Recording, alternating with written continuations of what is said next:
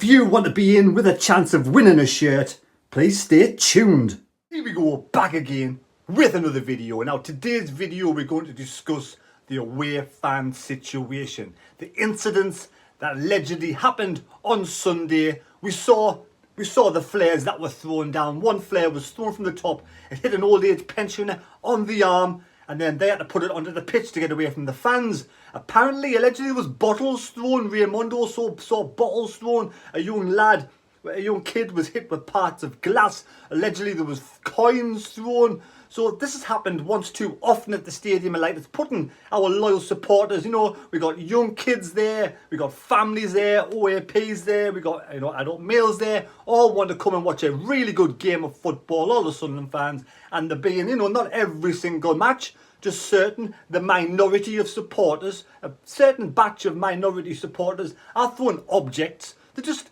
chucking them off the top. It could hit anybody, and it's going to be lethally, someone's going to be hurt seriously. There could even be a lethal incident at one point. Someone's seriously going to be hurt. I don't even know how they get bottles up there in the first place. Obviously, they stick them in the persons, but it's got to stop. That is one hell of a height. From the top of there to be thrown, to be launched from the top tier all the way down, straight onto someone's head. There's going to be someone seriously hurt if this is not sorted out sooner rather than later. But the club have announced a statement. Sunderland AFC is extremely disappointed by the conduct of the small minority of visiting supporters during the club's fixture against Coventry City. Several incidents have been reported by fans of both clubs following Sunday's match, and objects including the flares, or they call them pyrotechnics, bottles and coins allegedly thrown towards the home supporters located in the North Stand. Investigations by Northumbria Police and West Midlands Police are ongoing to identify the persons responsible, and SAFC is currently in dialogue with supporters groups to ensure appropriate preventative measures are put in place. The club sincerely apologises to any supporters, home or away, impacted by this completely unacceptable behaviour, and assures them that it will not be tolerated at the Stadium of Light. Now, it will not be tolerated by the Stadium of Light, but what can Sunderland's owners do to prevent this happening again in the future?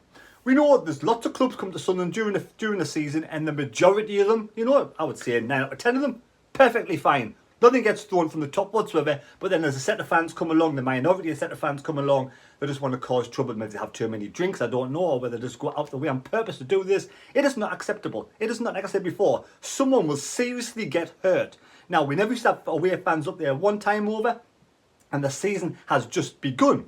Now, I can imagine for, the first instance, before I get moving on to this anyway, at the end of this video, I will be going on about who got the score predictions correct for Sunderland versus Coventry, and how you can win one of those lovely shirts, or another shirt, only by being a subscriber. They will be in tomorrow's preview video against Bristol City. And if you are new to this channel at this moment in time, and you're still watching, and you haven't already, please subscribe to the channel. It'd be much appreciated, really would. We're getting close to 15k, a couple of hundred away. Please subscribe. But yes, the first thing, can we move or relocate the away fans? After we've already done all of these brand new season cards, everybody has already got the new seats. Is that possible? Is that a viable, possible alternative? Well, let me say one thing. I've got a friend called Mick. His grandkids, they go to the game. They now sit, I think, in the North Stand. Young grandkids, missiles being thrown, awful. Now, he didn't even get his season cards until he actually had to ring up the club and go down to the club shop the Friday before the match to actually get a season card or a ticket to the game for him and his grandkids until he gets his season cards in the post. Now, for me, that is pathetic by the club on that instance. It's ridiculous. My season card didn't even work on Sunday. Didn't even work on Sunday. Now, apparently, if you don't change seats, if you do not change seats, right, the same season card should work. Mine didn't work. Luckily, I got help, and I got it at the Black Cat's bar. But other people might not have been able to get in the ground too. Now, all these season cards are going to be released. 36,000. roughly 36,000 season cards. They can't get these out now on time for the first game. Now, how are we going to relocate all these away fans into certain part of the ground without causing mayhem? That is one option. Now, is that a viable option? Is that going to cost too much money to sort out? The second option is to have better security at the doors and to physically search every individual going through those doors. Now, that's going to cost more money as well, putting more security on there, more police, or whatever we have to do. I know we have sniffer dogs there at some point as well. Now, that's another option.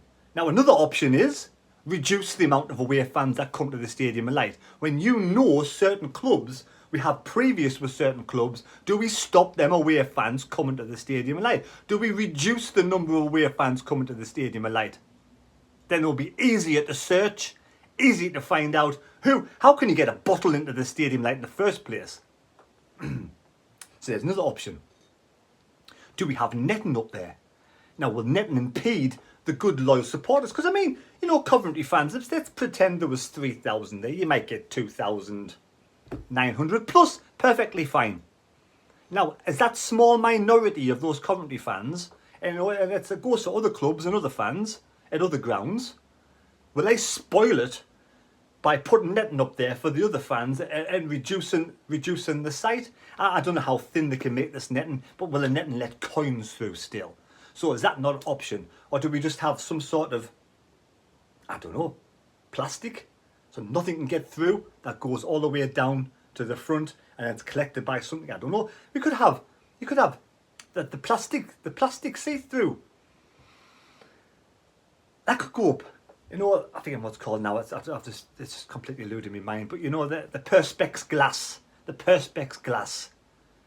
Again, how much would that cost the club? Whatever's going to happen, it's going to cost the club. Now, for me, the fans' sort of welfare exceeds any cost whatsoever. But what is the best viable option? You tell me down below. Is it relocating the fans? Is it netting? Is it perspex glass? Is it more security? Is reducing the fans an option? Which is going to be the best viable option?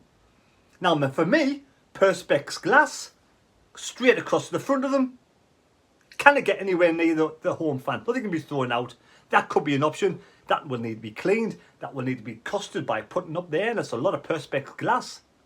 So, I don't know. I'm giving you the options, but something needs to be done sooner rather than later. It needs to be done ASAP as soon as possible. ASAP as soon as possible. It does seriously need to be done. Something needs to be sorted out. And now the KLD and his little batch of workers are going to be talking to the fans groups to come up with the best possible option. And these fans groups, they've got some clever people in charge, much cleverer than me in charge of these fans groups. They'll come up with the right option that's going to cost the least amount of money and it's going to, you know, possibly save somebody's life in the future. That could possibly save somebody's life. Someone's eye could get put out. You know, it's got to be stopped. So there we go. Just my little talk on what should happen. Like I said, the majority of fans are okay. But we're going to move on to how to win one of those 2 shirts. And another shirt from another club. A shirt. You're going to win a shirt at the end of the season. For those who get the correct score in my competition, the correct Sunderland score. Every single preview video. Tomorrow's video is coming along tomorrow night for the preview against Bristol City. Now, you need to be a subscriber. That is the main thing. Be a subscriber on the channel. Get the score down before the match starts and do not edit your scores. Now, the people who got the correct score, and bloody hell, there was a lot of 1-1s out there. It's the biggest. I got my little book out. I don't know what C stands for, but I'm sure you can think of something.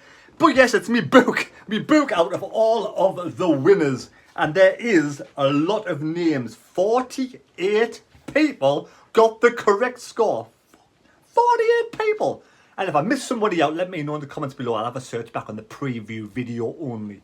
Right, Michael Atkinson, Conrad Tank, Susan Beaumont, Loch Ness Drogba, Adi Whittaker, Graham Walker, Mr. Moon Cheese, Robert Taylor, Mel Lacey, Jamin Atkins,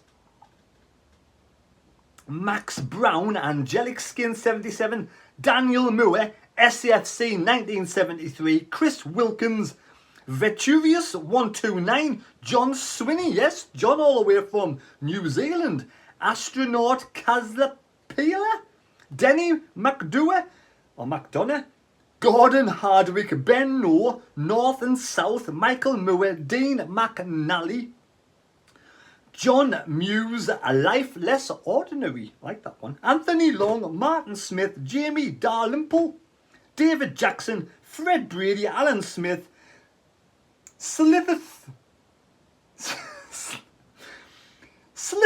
Moore 56, Cardiac, no it's not Cardiac, it's Cardinac, Robert Charlton, Colin Moore, Paul Wearmouth, the Red and White Army Podcast, Liam Cruddas, Ian Hardy, Liam W, Paul Freeman, Robham 68, it's Bobby Cowley, Robert Whittle, Stuart Littlemore, Gary and Gary Dunn all got the correct scores. Congratulations, 1 point to you, and you're closer to winning a shirt. Yes, bloody hell, 1-1. I want no more 1-1s, mine. That's not allowed anymore. But there we go anyway. So, congratulations. Well done to all you.